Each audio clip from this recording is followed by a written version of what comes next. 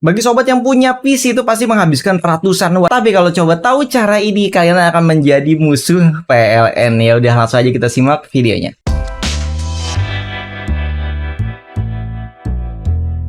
Assalamualaikum sobat Peace TV. Di sini saya akan mengajarkan sobat bagaimana cara membuat PC kalian, terutama yang menggunakan GPU, itu kan menghabiskan ratusan watt ya untuk GPU ini, menjadi hemat daya tapi tidak mengurangi performanya. Jadi gimana caranya nanti akan saya tunjukkan ya.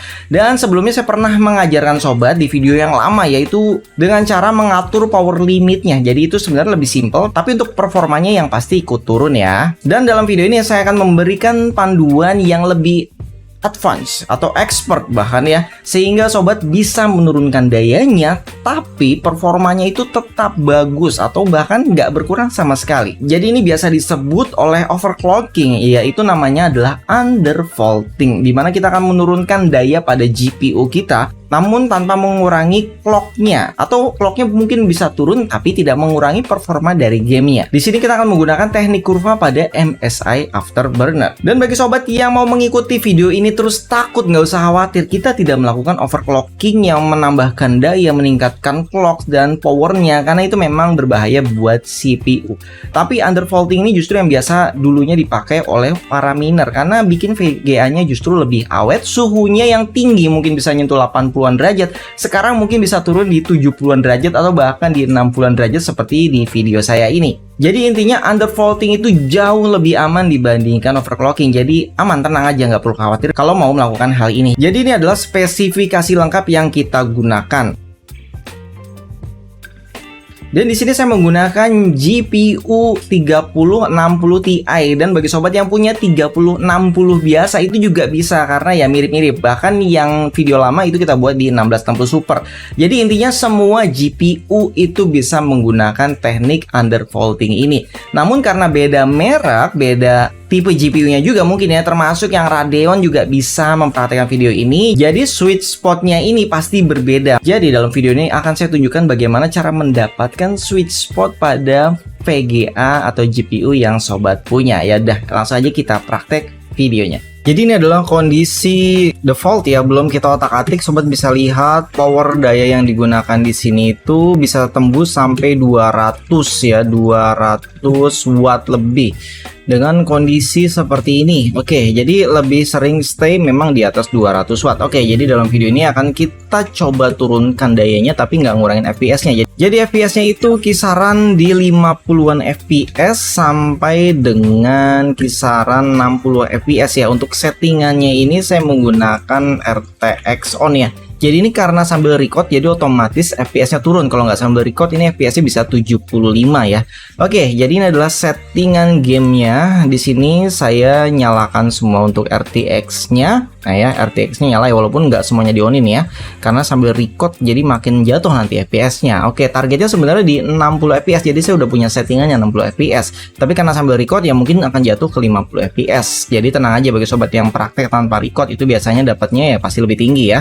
Oke, jadi langsung aja sobat persiapkan software. Yang pertama adalah MSI Afterburner, dan ini game Cyberpunk masih berjalan di belakang ya, makanya dia GPU-nya akan terus berjalan tinggi. Dan kemudian di sini kita butuh HW info ya untuk memonitor berapa volt yang kita gunakan. Untuk saat ini defaultnya adalah 1.075 volt. Oke, untuk informasi aja ya, jadi kalau ini tidak berjalan game di belakang seperti ini, biasanya core clock-nya dia akan kecil termasuk dengan memory clock-nya ya. Jadi di voltase itu seingat saya 0,6 sekian. Oke, jadi langsung aja pada video kali ini kita bermain di Curve Editor seperti ini ya. Jadi tinggal diklik bagian Curve Editor yang ada di bawah MSI seperti ini. Dan langkah pertama adalah tarik ke bawah. Jadi sebelum saya melakukan ini, saya sudah menguji sweet spot yang saya punya pada RTX 3060 Ti ini. Jadi setelah sobat klik shift terus klik mouse kiri tarik ke bawah, di sini kita mulai coba dari yang tertinggi. Tadi kan sebenarnya 1075, berarti dia ada di sini ya. Untuk sobat yang baru pertama kali, ini 0,975-nya ini tinggal ditarik ke angka tertinggi ya. Contohnya di sini kan kita lagi jalan di 1950 ya. Untuk core clock-nya nggak apa-apa, coba aja tarik ke 1950. Oke. Kemudian di sini kita klik apply dan dia bisa berjalan dengan lancar ya. Dan untuk FPS-nya sobat bisa lihat di sini, FPS-nya masih ada di 60-an dan turun ke 50 sebit. Oke, paling rendah itu ada di sekitar 55, 53, dan kalau ini lagi rame ya. Kalau nggak rame, nah itu ada 49. Jadi sebenarnya FPS-nya masih sama dengan yang sebelumnya. Untuk core clock-nya ini turun sedikit, sebenarnya bisa dinaikin lagi ya, karena tadi nggak fix ya. Biasanya di play pertama dia agak turun sedikit. Nah, nih sekarang kita coba naikin lagi ke 1955, bisa nggak ya? Oke, selama dia nggak nge-freeze gamenya, biasanya force close ya, ini bahkan 1965.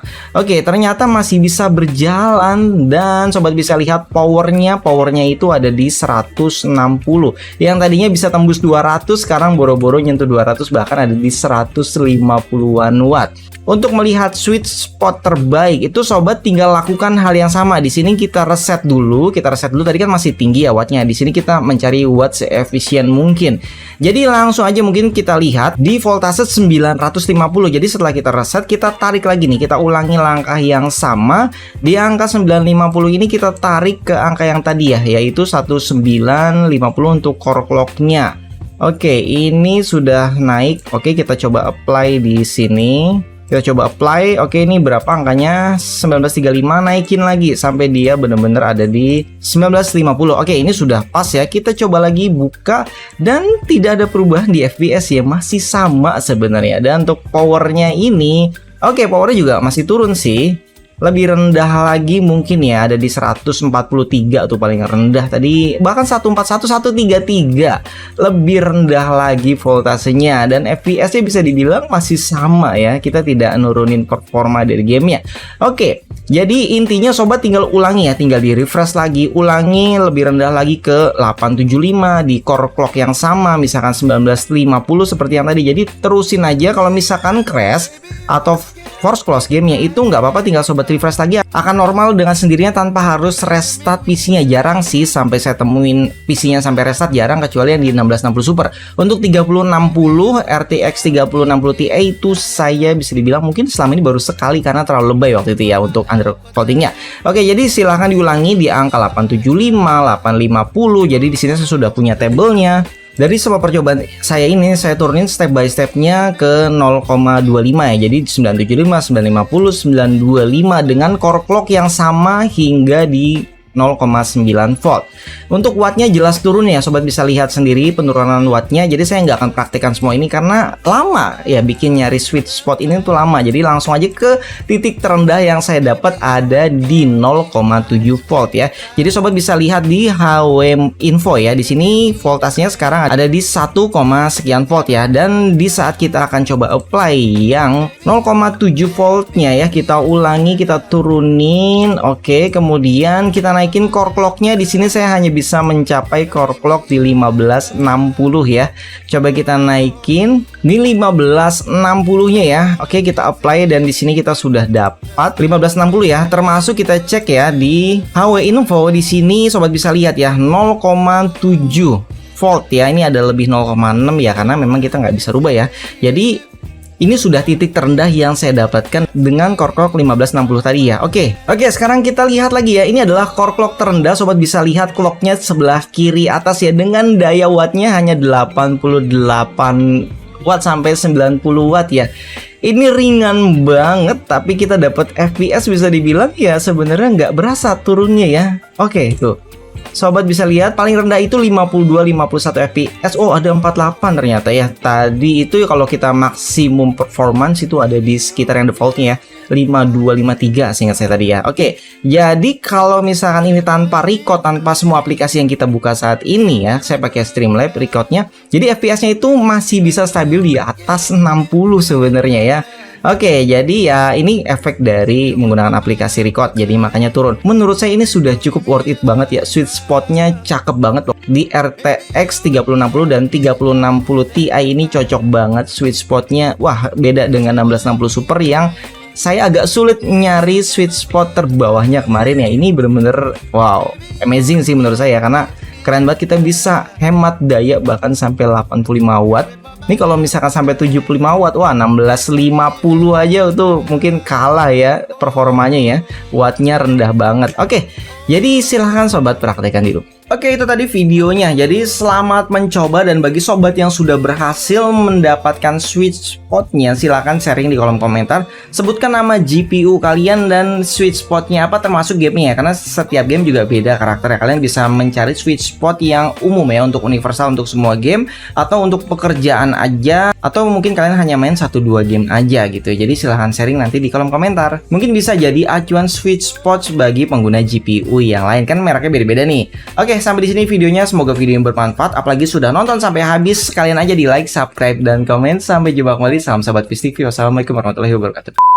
Beruntung banget bagi sobat yang nonton videonya benar-benar sampai habis ya, karena di video selanjutnya saya akan membuat undervolting tapi overclocking. Gimana itu maksudnya? Jadi dayanya rendah tapi performanya naik. Jadi tunggu di video selanjutnya ya.